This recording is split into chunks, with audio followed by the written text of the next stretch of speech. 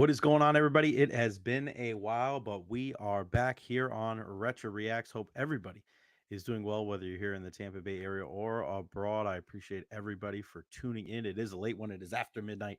It is 12:14 Eastern Standard Time. It is officially now Sunday morning here in Tampa Bay. I love you all, and I appreciate everybody for reaching out during the storms. It's been a crazy couple of weeks, but everything is pretty good here, and came back from Emily Arena tonight. Lightning win. We'll get into that here momentarily. Make sure you follow me on all social media platforms: Facebook, YouTube, Twitch, Twitter, TikTok. I am everywhere, and you should be too. And always trying to be very interactive here on the program. So head on over to all those social media platforms. Got a lot of things going on. The brand is growing, and want you to come along for the ride, especially all the things that we've been putting out there recently, man. It's pretty wild. It's pretty crazy to see how these things go. But yeah, questions, comments, concerns, leave them there at the bottom, whether you're watching on Twitter, on YouTube, or on Facebook. YouTube's probably the best way to get your answers in. So head on over to the YouTube page now, youtube.com/at jretcher10. But yeah, going to be here with you, and you see the comments and the topics flying there at the bottom of the screen. Again, follow me on all social media platforms. Head on over to my YouTube, like and subscribe. Check out the shorts too. A lot of great shorts from all of the different things that I do. Really try to go to as many games as possible. It's been a hot topic of conversation lately. Like, why do you do all this stuff? Why do you go to here? Why do you go to this game? Um, that's just who I am, man. That's kind of the guy I am, right? Like, you don't just do it for the gratification. You don't do it for any other reason, but you think it's the right thing to do, and you think it's going to help you be better at your job. And I hope that that comes across when you're listening to me here on Recher Reacts, or any of the Recher's rapid reactions, or any of the times I'm on Jay and Zach. A lot of fun there. But we're going to talk some Lightning hockey, what I think they should do to fix the power play. Also, what the hell is going on with Aaron Judge? It's getting embarrassing now. It really is, to see how putrid his performances have been. And it's so crazy to think how good he has been over the last couple of years for the New York Yankees to be this bad in the postseason. It's embarrassing. It's embarrassing, and he's got to fix it. If he doesn't fix it, the Yankees are going home, and he's going to be a big reason why. So not good enough for a guy that is clearly one of the top five players in the game right now. More on that momentarily. And then Ilia Topuria, what more can you say about this guy? The UFC featherweight champion, a big knockout of Max Holloway today at UFC 308. It was kind of funky that it was on during the middle of the day there. So I know there was a lot of people wondering, like, it's on now? I know I caught me off guard. The main card started. I was like, what is going on? I had no idea. But it was, and I got to catch the last couple of fights. And wow, what a way to end that card at UFC 308. Again, leave your questions, comments, concerns there at the bottom of the screen, and we will get to them here momentarily. Like and subscribe on YouTube as well. All right, let's start with the Tampa Bay Lightning. The game tonight, 3-0 victory over the Washington Capitals. Really good to see more of a defensive mindset from the Bolts. First shutout for Andrei Vasilevsky this season, his 35th career shutout. That's how they're going to beat teams. It can't just be trying to outscore teams. That's when they get in trouble. They got to play good defensively. And you saw it, whether it was some of the new guys like JJ Mosier making a really, really nice diving stop on a 3-on-1. Mitchell Chafee getting back and thwarting a scoring attempt from Alexander Ovechkin himself. I'm going to post a video of the interaction between those two guys. He said that Ovi came up to him and said, like, nice play after that. I mean, that's got to feel so good if you're Mitchell Chafee, right? Like, you have one of the best goal scorers ever coming up to you like, hey, that was a good defensive stop. That's got to make you proud as an NHL player. You look at Braden Point and Nikita Kucherov hooking up for the goal there as Pointer made it 2-0. First goal comes on the deflection from Chafee on a shot from Nick Paul, and that's what you want to see. You want to see that bottom six scoring. But the Lightning still need to fix that power play. It is not great. And one of the big things when it comes to the Tampa Bay Lightning that gave me pause this year was the status of the power play. No Steven Stamkos, who was a threat for many, many years. When you're Victor Hedman at the point and you can look left and you see Steven Stamkos there, and you look right and you see Nikita Kucherov there, man, it's like pick your poison if you're one of the penalty killers on the other team. But with Steven Stamkos now applying his trade in Nashville, and we'll see Stammer on Monday, ironically enough, the Lightning had to figure out a way to continue to be as productive as they've been the last couple of seasons, where they're routinely in the top three, top five when it comes to power plays in the league. We haven't seen them reach that height quite yet. I know it's still early on in the season, but they're making adjustments. They're moving Nikita Kucherov from the right side to the left side. They're bringing Brendan Hagel on that top power play unit. But the problem is that when you have a guy on that right side along the right wall there that isn't Nikita Kucherov, it's immediately a downgrade. He is the best player in the National Hockey League on that side. Whether it's shooting the puck, whether it's passing the puck in the middle to Braden Point, the cross ice pass that we've seen for many years with Stamkos, the way that he's able to get the puck back to Victor Hedman. When you move him there, now two of your spots from your productive power play over the last couple of years have been changed and decreased. And there's no way you're going to be a top five power play if that happens. But if that's what the Tampa Bay Lightning are going to do, if they're going to keep Kucherov on the left side, the switch that they need to make is they need to put Connor Geekie on the right side there. That young kid has incredible hands. He's got a great shot, and you saw it tonight. He scored his first NHL goal on a nice little pass where his release, it was like a rocket. But you also saw it late in the game. Lightning get a late power play. He's on the right there. He's on the right side. And when he gets that puck on the right side, he blisters a shot on net that hit the post, and he thought it was going in. Nobody else on the team shoots the puck like that. And if you're going to continue to put Nikita Kucherov on the left side and not on the right side, like we've seen in years past, you need a guy that's going to be a threat there. Brandon Hagel does not have the shot to be able to play in that spot. I'm not taking anything away from him. I love the grit. I love the grimy nature. But to me, Brandon Hagel on the power play is a guy that you want down low, retrieving the pucks behind the net, making these quick little passes, getting in front of the goaltender, scoring those dirty goals. I don't want him taking one-time slap shots 25 to 30 feet away from the goalie. I don't think that's one of his strengths. What Connor Geekie can do, I know it's at a young age. He is the missing piece to that power play. Does that mean Brandon Hagel comes off? Yeah, it does. Gensel down low. You have Braden Point in the middle there. You got Kucherov on the left, Hedman at the point, and Connor Geekie on the right side. And I know the Tampa Bay Lightning may not want to put too much on this kid's plate too early. But eventually, that is going to be the answer to your power play problems. Put that kid on the right side.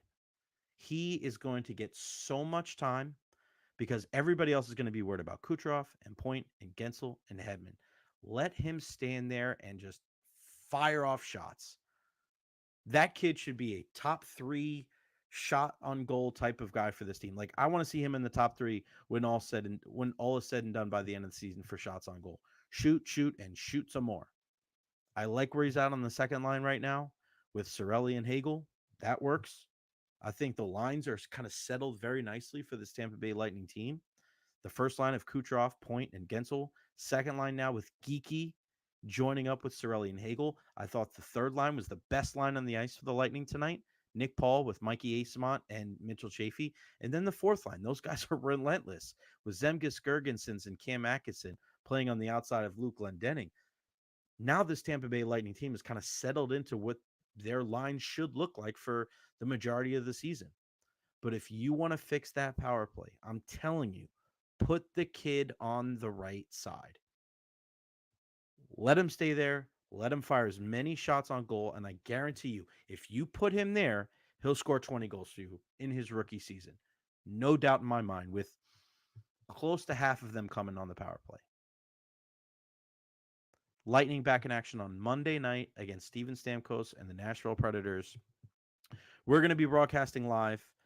It is going to be an emotional night at Amalie Arena. And I know the Tampa Bay Lightning are going to come through with one of those iconic video packages. It'll be after the first TV timeout in the first period. There's not going to be a dry eye in the house. I feel bad for Stammer. I do. I don't know how he's going to keep his emotions in check. It is going to be crazy. We are really hoping to have Stammer on the show on Monday. We will be broadcasting live from Emily Arena. We're hoping to talk to Victor Hedman and Ryan McDonough too, just to get kind of their point of view because it is going to be an emotional night for every. This is one of the greatest players in the history of Tampa Bay sports, and he's still got some left in the tank. And hopefully he doesn't score on Monday night. But if he fires one in past Vasilevsky from his office, will anybody be surprised? I just want to note that there was no TV stations out at the Lightning game tonight. And I know this has nothing to do with my compatriots there, my colleagues that cover these sports, because they only go where their sports directors tell them to go. It's not their fault. But on a Saturday night with no USF in town, we didn't have one TV station out at the Lightning game tonight. I think that sucks. It sucks. This team deserves better, and you, the fans, deserve better as well. I guarantee you that place is going to be packed on Monday. The press box is going to be packed. Everybody is going to want a piece of Steven Stamkos. But just remember the people that cover them on the cover this team on a daily basis. The Ed Encinas of the world from the Tampa Bay Times, the Eric Erlinsons of the world from LightningInsider.com. Make sure you follow those guys. Eddie in the Yard, Eric underscore Erlinson. That's a K, not a C. Two S's after the D. All right, next thing. What the hell is going on with Aaron Judge? It is mind-boggling. Like, what are you doing? What are you doing, Aaron Judge? 322 in the regular season, 58 home runs, 144 RBIs. And then you get to the postseason this year, and you're 6 for 36. What is wrong with this guy right now? And the crazy thing about it, too, when you look at Aaron Judge, I say it shouldn't be a surprise. I guess to some people it is. But let's go back to 2017. My guy struck out 27 times. Is that even right? He had 48 at-bats in 2017. 27 strikeouts? Is that real? Is that real life? For Aaron Judge, he has, in the last two postseasons, it's tough to even read this. All right. It doesn't even make sense to me. The last two postseasons the Yankees have been in, 2022 and 2024, Aaron Judge, 139 and 167 batting averages. 15 strikeouts 2 years ago, 16 already this year. Aaron Judge is doing so much damage to his reputation as a big-time baseball player by his lack of postseason success. He is a lifetime 203 hitter. Lifetime. This isn't one postseason. This isn't two postseasons. This is a career. He has consistently underperformed for the New York Yankees in the postseason. I don't care what the regular season stats are about. If you care more about the regular season stats than the postseason stats, you're probably not a Yankee fan. You're probably one of those people that'll say, oh, they wouldn't be there without him. Yeah, no shit, obviously. But if you want to consider yourself one of the best players in the game, if you're going to be a captain of the most successful franchise in all of professional sports, you need to come up big when the lights are the brightest. And right now, the Yankees have more faith in Giancarlo Stanton, in Juan Soto, in Jazz Chisholm, in Anthony Rizzo, a whole slew of players, Gleyber Torres, all of them, all of those guys, Yankees fans would rather see at the plate than Aaron Judge, a guy that should be imposing and intimidating just by watching him walk up to the plate. But then you watch his at-bats the last two nights in LA against the Dodgers. He is not even fouling these pitches off. And here's the thing. It's not like, I know he's getting fooled on some of them, but he's not getting fooled on some of them. Excuse me. It's not like he's getting fooled on all of these pitches. On some of these pitches, he's actually looking for the breaking ball. You can tell. And he's just missing them. He's clearly just missing the baseball. That is not an excuse. And people are going to say Aaron Judge needs to get moved down in the lineup and Aaron Boone needs to bat him fourth or fifth or sixth. Not going to happen. That is not going to happen after 2 games in the World Series. He's not going to do it. Aaron Boone is stubborn, and he knows if the Yankees are going to win the World Series, they need Aaron Judge batting in that 3-hole. And he needs to wake up. Because this will be one of the longest off seasons for any athlete that we've seen in the last decade. if he doesn't come up big at some point in this series. There is a lot of stars in this series. You're talking about 6 combined MVP awards, so many different All-Star games, World Series champions, Cy Youngs. The stars are out. You're seeing Ice Cube. You got Fat Joe and Jay-Z coming out in the next couple of days for the New York side. This is a World Series that people are going to remember for a very, very long time because of all the star power, because of all the attention. The two biggest markets in our country. And all eyes right now are fixated on what the hell is going on with Aaron Judge. If you want to be known as a guy that is 6'7", 265, and comes up big, is it 6'7"? If you want to be, it's not 265. If you want to be known as a guy that's 6'7", 282, and a Goliath in the regular season, and a guy that comes up super small, Ant-Man, in the postseason, keep doing this. It's embarrassing. It is embarrassing. I cannot believe that he has been this bad. He's not even putting the ball in play. If Aaron Judge wants to salvage this season, this MVP season, he needs to wake up fast. Because if he doesn't wake up, the Yankees are going home. They are not winning this World Series without him stepping to the forefront and being the captain and being a leader and leading from the front and doing damage in the batter's box. It's crazy to see a guy be that successful in the regular season and just absolute dog crap in the playoffs. He better fix it, or the Yankees will not be winning World Series number 28. And the Dodgers will win this series probably pretty easy. Just imagine if he did anything the last 2 nights. It could be 1-1. Hell, the Yankees could be up 2-0 right now. But no, swing and a miss. He has to be better. And if he's not, the Yankees are cooked. All right, I want to finish Recher Reacts tonight. I want to focus a little bit more on some of outside of the top stories of NFL college football. I want to talk about Ilia Topuria and what he was able to do in UFC 308, the main event against Max Holloway. This young man, just watching him fight, he reminds me of the first time I saw George St. Pierre. The first time I saw George St. Pierre fight, when he was going, I forgot, I think it was against Matt Hughes. It was probably earlier than that. But when I saw George St. Pierre, I said to myself, that is the first real mixed martial artist. That wasn't a wrestler in MMA. That wasn't a kickboxer. That wasn't a guy that practiced karate. That was a guy that did it all. He was a well-rounded mixed martial artist.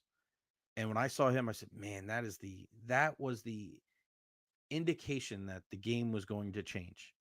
And you weren't going to see these guys that were so focused on one discipline. And then they just kind of, we'll deal with everything else.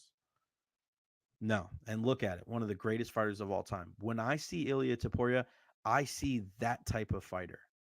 You're talking about a guy that went through Alexander Volkanovski and Max Holloway, two of the greatest featherweights of all time, like a hot knife through butter. 16-0. This guy's tremendous on the ground, and we haven't even really seen that.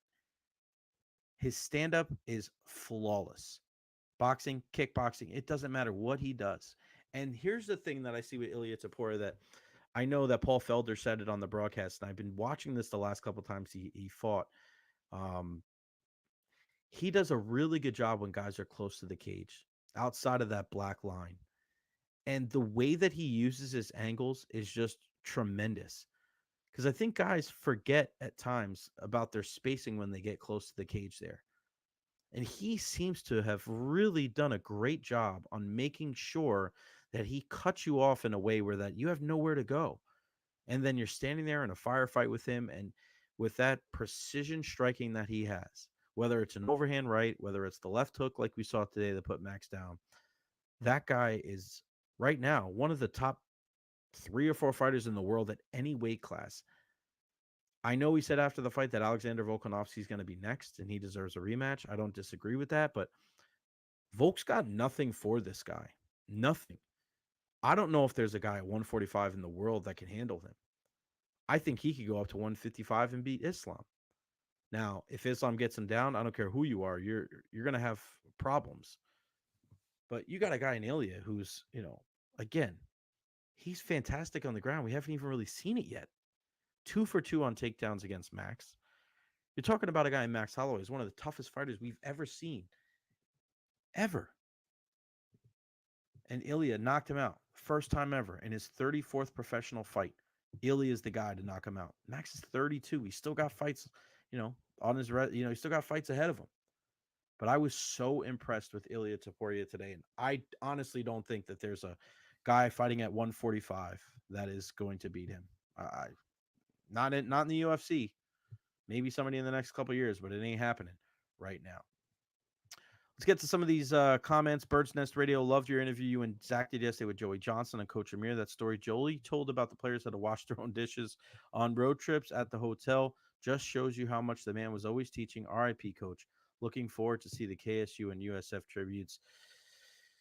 Yeah, it's been a rough couple of weeks, man. When it comes to the Storm, when it comes to seeing Chris Godwin and Mike Evans leave the Bucks game on Monday night due to injury, and then the untimely passing of Amir Abdur-Rahim. I still cannot believe that happened.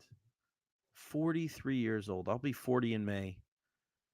And you start doing that when people die young. Like the older you get, you start looking at your age compared to their age. And my goodness, man, that shit hit me hard. It really did. I said this on WDAE the other day, and I'll say it again here. He was the finest human being that I've covered in 10 years working at iHeart and WDAE. The finest human being. Now, I put myself out there as far as going to games and talking to players and talking to coaches. And, to be honest with you, like I'm not, I don't like to use the word friend a lot. I'd like to say like I'm friendly. I have a lot of colleagues. I don't have a ton of friends. That's gotten some people mad in the past before, but that's just the reality of the situation. Like I cover these guys. It's my job.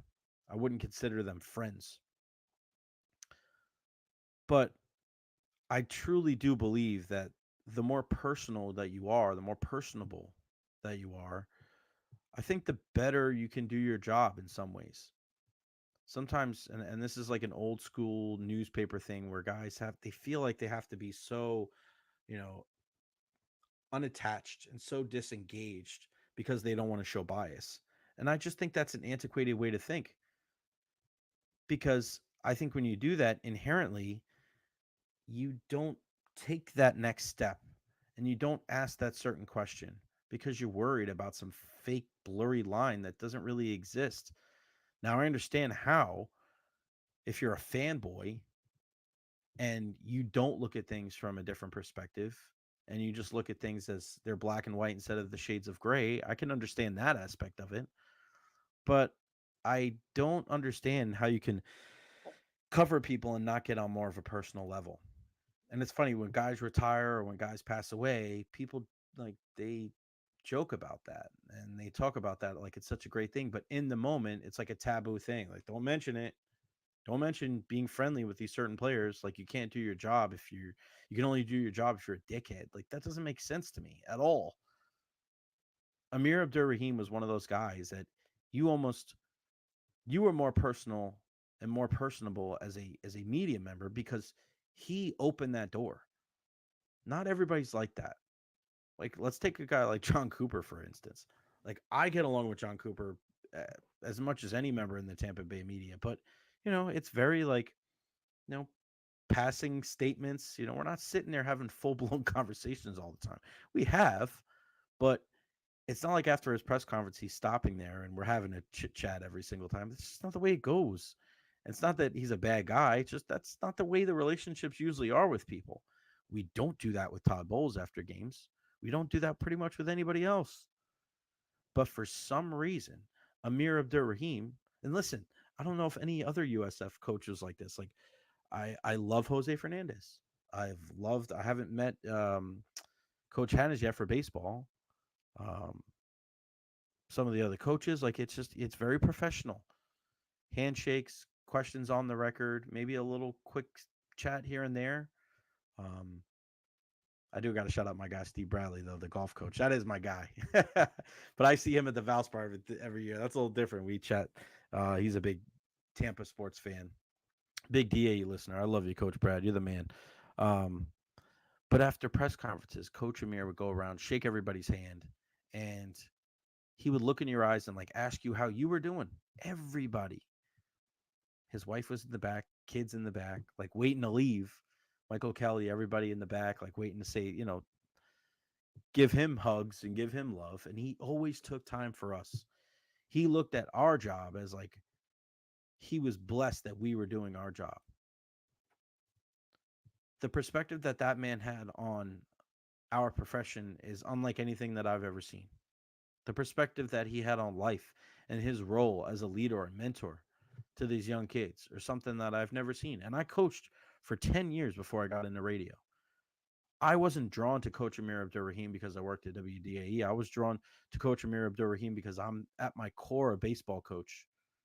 I've always been a coach, a referee. I'm the oldest of four. Like that's in my blood. My dad coached, my grandfather coached. Like that was us.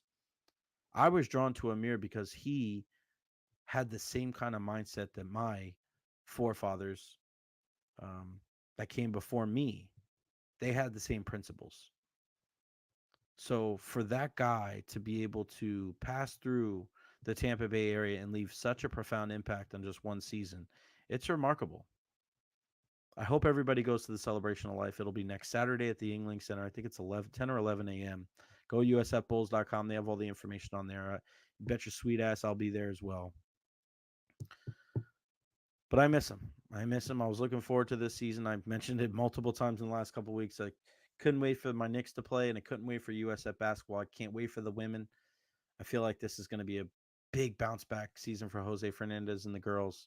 And I was waiting to see what the men were going to do after year one under Coach AAR. Unfortunately, they're going to have to go without him. Hopefully, those young men can rise to the occasion and, yeah, give us a season to remember. All right. That's going to wrap it up for me. Twitter, Instagram, Facebook, YouTube, TikTok. Follow me on all of those platforms. Appreciate you. You're always following us. Law 345. Thank you so much. Like and subscribe on YouTube. Everything on here. Gonna get back to Retro Reacts now that we're back in the house and the power's back on and the water's looking good. Tomorrow I will be at Raymond James Stadium. Buccaneers and Falcons should be a good one. No Chris Godwin, no Mike Evans. What does Liam Cohen have up his sleeve? I cannot wait to find out. I'll be doing Retro Reacts tomorrow night, talking about the NFL action and the biggest things I took from the Buccaneers matchup. All right, everybody. I love you all. Happy Saturday night / Sunday morning. We'll see you next time right here on Retro Reacts. Peace out.